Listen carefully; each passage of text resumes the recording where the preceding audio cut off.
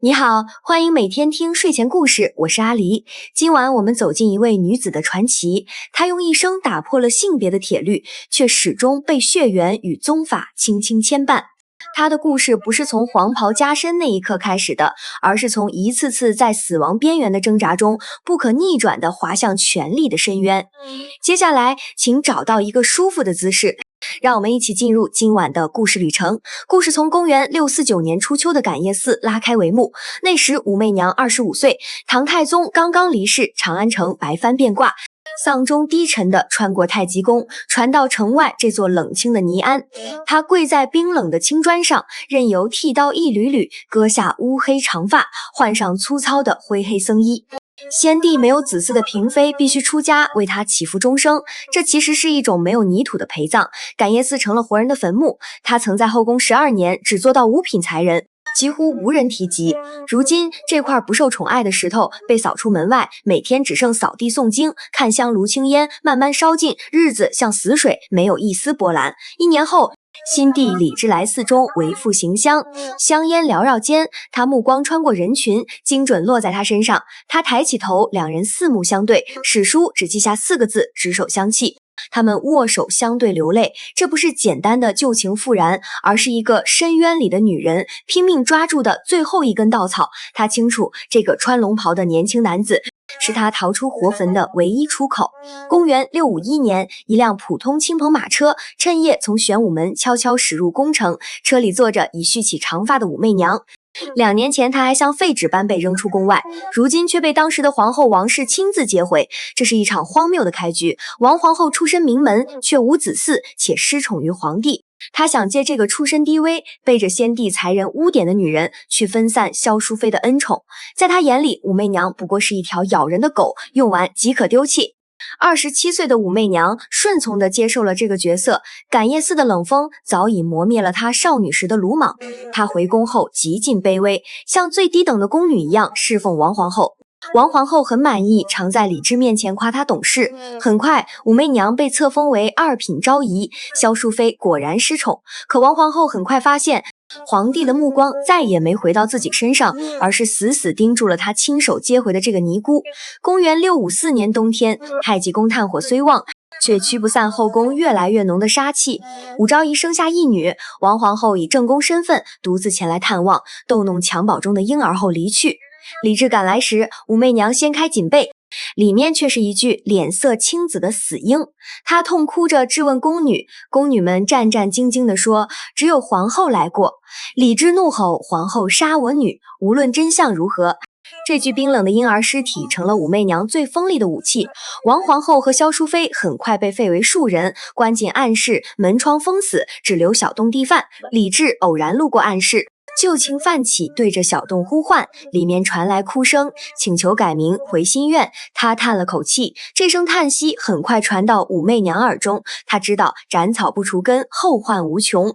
于是他下令将2人各杖100，再砍去手足，装进装满酒的大瓮，冷冷说道：让他们骨头都在酒里醉透吧。几天后，2人惨死。从此那个在感业寺绝望的尼姑彻底死去，取而代之的是一个冷酷的政治捕食者。后宫障碍清除后，武媚娘面对的却是以长孙无忌为首的关陇贵族集团。他们以血统和礼教为由，坚决反对这个曾是先帝才人的女人成为皇后。李治其实也想借此打破舅舅对皇权的压制，夫妻2人结成隐秘同盟。在朝堂上，长孙无忌沉默抵抗，褚遂良以死相见，甚至撞头流血。这时屏风后传来武媚娘咬牙切齿的声音，何不扑杀此僚？局势一度僵持，直到军方重臣礼记淡淡一句，此陛下家事，何必问外人？军方中立，贵族集团瞬间失势。公元655年冬，诏书下达，武媚娘正式册立为皇后。她用了6年踩过女儿的尸体，2位前任的白骨，以及旧贵族破碎的版图，终于坐上与皇帝并肩的凤座。登上后位后，他与李治共掌朝政，史称2圣。公元660年起，李治患风眩症，头痛目盲，无法理政。武媚娘从代笔念奏折逐渐转为实质掌权。她坐在珠帘之后，听百官奏事，下达指令。她的批语越来越果决，官员们渐渐只听连后的声音，李治恐惧地发现自己养的猎犬已长成猛虎。公元664年冬天，因道士做法一事，李治密令上官仪起草废后诏书。诏书刚成，武媚娘便冲进内殿，厉声质问。李治慌乱中甩锅：“我本无此意，皆是上官仪教我。”上官仪随即被以谋反罪满门抄斩。从此，李治彻底失去对妻子的制衡能力，只剩下一个囚徒的空壳。公元683年，李治病逝。武则天先立三子李显为中宗，50余天后废之，又立幼子李旦为睿宗，却将其软禁。宗室与旧臣的不满终于在公元684年扬州爆发。徐敬业起兵，骆宾王写下著名讨武檄文。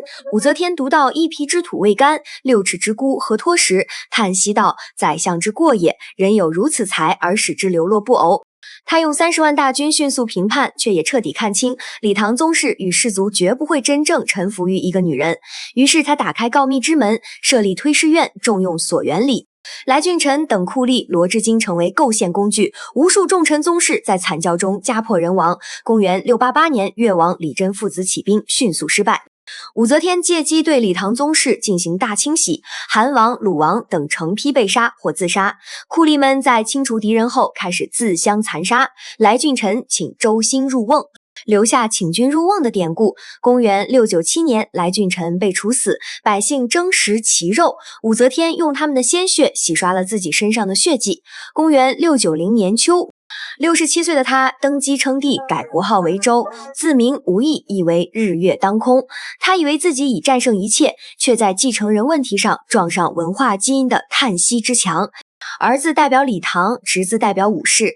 狄仁杰一句：“臣只听说儿子当皇帝后把母亲供奉在太庙，从未听说侄子会把姑姑供奉在太庙。”让他最终妥协，接回李显为太子。公元705年正月，80多岁的张柬之等人发动神龙政变，诛杀张易之兄弟，逼武则天退位。他平静地看着儿子李显，只淡淡说了一句：“既然是你们把太子接回来的，那就好，你们退下吧。”15年的帝王生涯就这样轻描淡写的结束。退位后，他被安置在上阳宫。10个月后，82岁的他平静离世。临终遗诏，他去掉帝号，以则天大圣皇后的身份与李治合葬乾陵。